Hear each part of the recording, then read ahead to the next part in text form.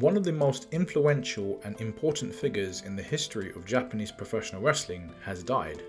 Antonio Inoki passed away at his home on Saturday, October 1st. A specific cause of death was not reported, but Inoki's health problems over recent years were well known. In an interview earlier this year, he admitted he had been near death on a number of occasions. News of Inoki's passing comes nearly 62 years to the day after his pro wrestling debut at the age of 17 on September 30th, 1960. Another literal and figurative giant in Japanese wrestling history, Inoki's future tag team partner Shohei Baba made his in-ring debut on the same card for the Japan Pro Wrestling Alliance. Inoki and Baba's departures from the promotion changed the course of wrestling in Japan forever. In 1972, Inoki founded New Japan Pro Wrestling, whilst Baba founded All Japan Pro Wrestling. Inoki's influence would soon spread around the world. In 1976, he squared off against Muhammad Ali in an infamous wrestler versus boxer match. The bout is viewed by many as a prelude to the future popularity of the sport of mixed martial arts. Inoki's leadership of NJPW was not without its missteps. His interest in MMA during the early 2000s gave birth to an in-ring philosophy that became known as Inokiism. However, the shift to shoot fighting nearly doomed NJPW.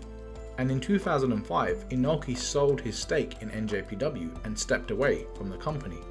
Inoki explored other promotions and ventures following his exit from NJPW, which included founding the Inoki Genome Federation. Inoki would also find success in the political arena.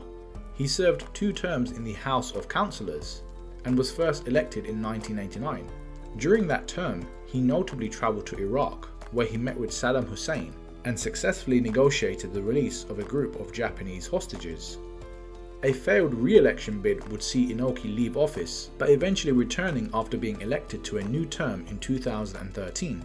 However, this was marred by a number of controversial trips to North Korea, with Inoki ultimately retiring from politics in 2019. Word of Inoki's death began circulating in North America on Friday night, with the news of his passing being announced during Friday night's live broadcast of SmackDown, with Michael Cole conveying the company's condolences to Inoki's family, friends, and fans. Meanwhile, on Twitter, WWE Chief Content Officer Paul Triple H Levesque shared his own tribute. He wrote, "One of the most important figures in the history of our business, and a man who embodied the term fighting spirit. The legacy of WWE Hall of Famer Antonio Inoki will live on forever." Inoki defeated Bob Backlund to win the WWF Heavyweight Championship in 1979, but the company never officially recognized his reign. However, Inoki was inducted into the WWE Hall of Fame in 2010. Furthermore, AEW owner and CEO Tony Khan joined the many on social media paying tribute to Inoki's memory. Khan wrote, "RIP Antonio Inoki, a pioneer in the pro wrestling industry. Inoki's influence and his achievements will live on forever in the wrestling world. He's an inspiration to all of the dreamers. Thank you, sir."